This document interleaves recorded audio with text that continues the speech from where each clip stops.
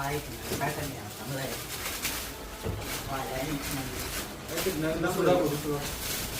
एक मधला कलर हा उठावदार आहे चांगला.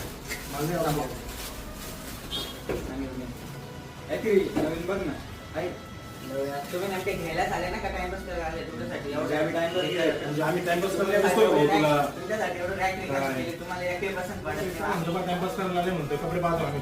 एक मिनिट भाऊ, एक मिनिट. काय झालं? एवढं रॅक केली पसंत पडत नाही. तू आपलं काम कर ना भाऊ. त्यांना पसंत पडो ना पडो, तू आपलं काम करत राह. त्यांना दाखव. हे बघा ते अजून बघ. बघ हे नवीन आणले, सगळे आता आलेले काल.